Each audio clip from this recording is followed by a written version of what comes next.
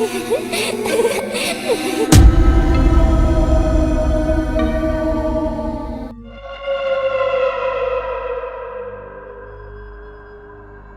the quiet, sun-drenched town of Key West, Florida, sits one of the most terrifying artifacts in the world. Locked inside a glass case in the dim basement of the East Martello Museum is a doll named Robert. At first glance, he may look like an ordinary child's toy, dressed in a little sailor's suit clutching a faded stuffed lion. But don't be fooled. This is no innocent plaything. This is Robert the doll, and he's very, very real. The legend of Robert begins in 1897 in a stately home owned by the Otto family. They were wealthy, powerful, and cruel to the servants who worked for them. One servant girl, humiliated and mistreated, decided to get revenge. Before she was dismissed, she gave the Ottos' young son, Gene, a handmade doll. What the family didn't know was that the girl practiced voodoo and dark magic. The boy, whose full name was Robert Eugene Otto, became obsessed with the doll. He named it after himself, Robert, and began treating it like a living being.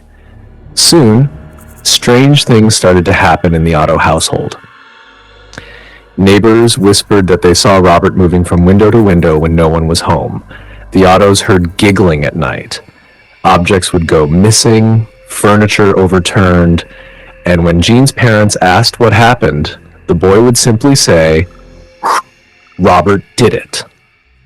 Gene would scream in the middle of the night, and when his parents rushed in, they would find him curled up in fear, his room in disarray, and the doll sitting eerily at the foot of the bed, staring. They tried to get rid of the doll, eventually locking it in the attic. But Robert wasn't done. Visitors to the home claimed to hear footsteps above their heads, even when no one was upstairs. Some said they heard low laughter in the dead of night. Guests stopped coming.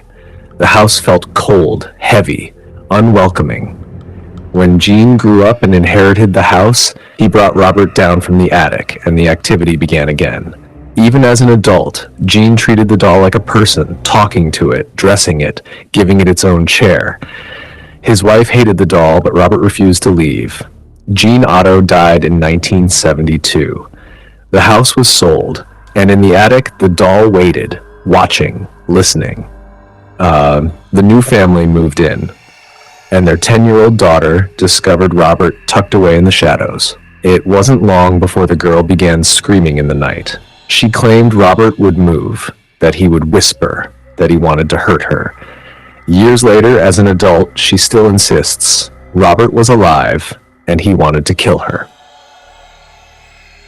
Today, Robert lives under lock and key at the East Martello Museum. He is still dressed in his sailor's outfit, still holding his lion.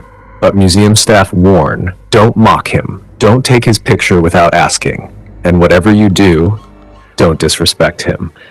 Visitors who've ignored the warnings have reported car crashes, broken bones, lost jobs, and even death.